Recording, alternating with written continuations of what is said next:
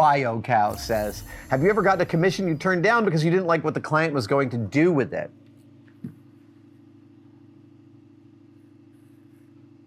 I can't think of a specific occasion, but I know that I have turned away certain clients just because I didn't like the company.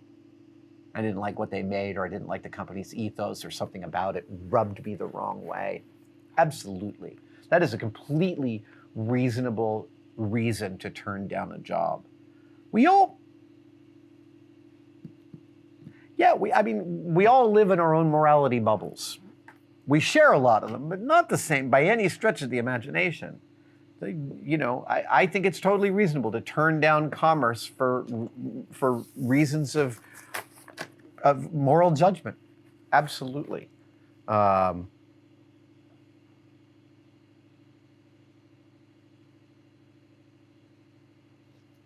here's a nice one. And someone I haven't read a question from before. Super Tim 101 says, how do you deal with situations where your budget is dictated to you, but you don't think that will cover the quality of work you want to produce because the product feels like a representation of you? Yeah, you don't have that call. Look, somebody offers you a job, let's say to build a spaceship, which is normally like $5,000, but they've got $4,000, but it's a cool ship and you want to build it. You should be telling them at the very beginning, here's the exact level of quality the amount of money you're spending will get. If you don't want to take the work because you won't be able to execute something to your standards for the money they offer, that's a different thing. In that case, I would turn down the job. Because you want a little bit of breathing room. As a freelancer, you take those early jobs and the money's really tight and it's small and you're trying to make it go everywhere. And as you build out as a freelancer, yeah, you should be charging more. Look, I've also added money to bids because I knew the client was rich. Somebody asked me about something in here. I did a job, one of the most difficult freelance jobs I ever did was for Old Navy, and it was around the time the San Francisco ballpark opened, the new Willie Mays Field. It should be called Willie Mays Field. They wanted, it doesn't matter what they wanted. What happened was they'd gone to everyone in town, all the big fabricators like Acme Scenery, and they'd gone to Jamie, and they'd gone to ILM, and everyone had turned this job down. It was mechanical in nature, and it was only a week until it needed to be delivered. And I was like, okay, if I only have a week, well, that's $2,500, right? 6 days. That's $3,000 at $500 per person day. It's a rush. They know it's a rush, so I'm going to at least double it. Okay, $6,000. Standard rush cost for any vendor is double. And that's negotiable, but if you want your printer to deliver something in half the time, they're going to double the cost. So I doubled the $3,000 for 6-person days into $6,000 because it was a rush job. And then I was looking at Old Navy, and I was thinking, Old Navy, they literally just bought a building and built their whole store in it. Screw it. I'm going to not double this again, but I turned it into a $10,000 job.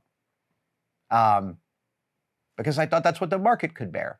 And that was the job that that gave me enough money to buy the first computer that was new.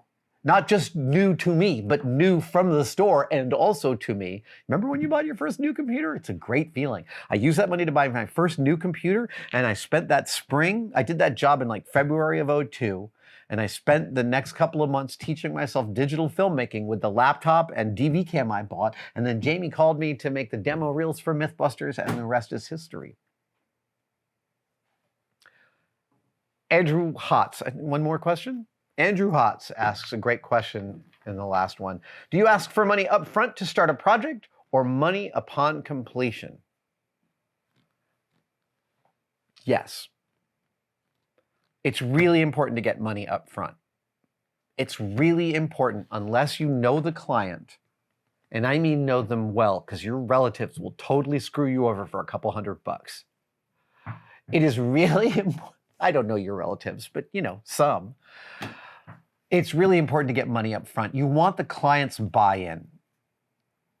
You want the financial friction. of money being paid first. Don't take all the money upon delivery. I generally ask for half upfront. That is pretty standard. I want half upfront, I want half on delivery. Now, half on delivery can mean I get the check as I hand this to you. And for a brand new client, that is the way it should go.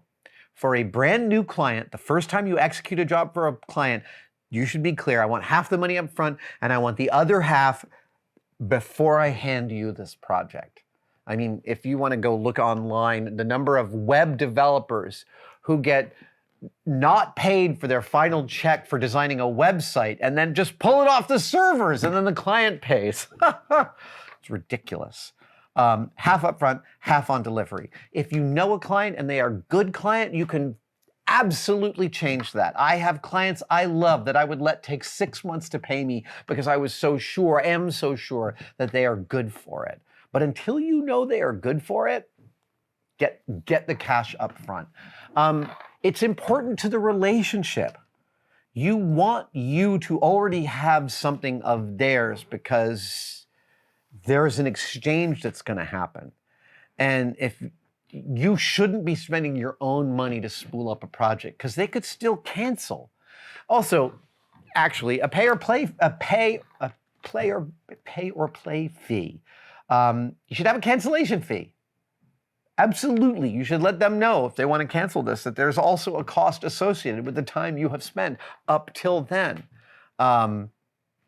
CFU Pay Me, a video we released just a couple of weeks ago with my friend Mike Montero, giving the best advice to young freelancers I can possibly imagine about getting your dough, getting paid, and making sure that everything is buttoned down.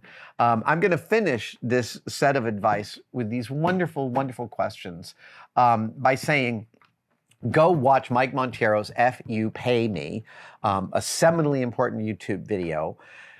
He is absolutely right that spending the money on a lawyer, even when you can't afford it, is money in the bank, because having a lawyer, having someone going over your contracts will make you more money than you will spend over the course of your career. 100%. It is completely a worthwhile exercise to do. I Don't Give a Fet says, is going to a makerspace a good way to get some experience that could turn into freelance work? I love the idea of being a freelance builder. And he will be at Phoenix Fan Fusion. I will see you there. Don't Give a Fet.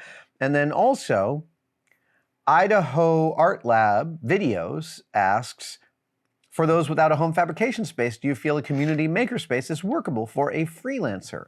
What would you look for in a makerspace, assuming it has all the tools and equipment that you need? Look,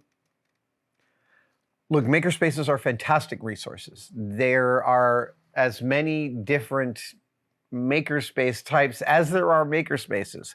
So if you were going to try and do work for hire out of a makerspace, I would first make sure that that's cool with the space itself. Second of all, if the makerspace is free and I'm doing work for hire using it, I'm going to want to be contributing some part of my job to that makerspace. Like its doors are open and that helps serve me. I should be feeding back the money, some of the money I make, to them in order to keep this symbiotic relationship going. I think there are some makerspaces that are totally fine for you to do freelance work in there. I think if you went into a makerspace and tried to churn out 150 Lego sets, for instance, and they were like taking up the space, that you'd run into some real friction on that front.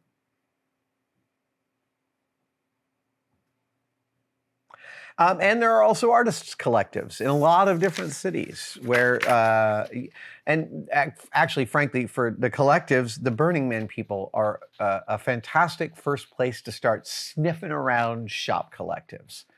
Burners are incredibly collaborative and they are very sharing in their tools and tips and techniques, and that's definitely a great place to go look for that. And Makerspace, another word for Makerspace is Hacker Lab, and that might also be a space in which you could find the right amount of tools and the right amount of encouragement and inspiration. Thank you for watching that video. Are you as sick of the tosses to membership as I am? Good, because here's a brand new one that I recorded today, and it's nice and short. There are 3 tiers to Tested membership, and they all offer awesome stuff. Find out about it by clicking the join link below. We'll see you there.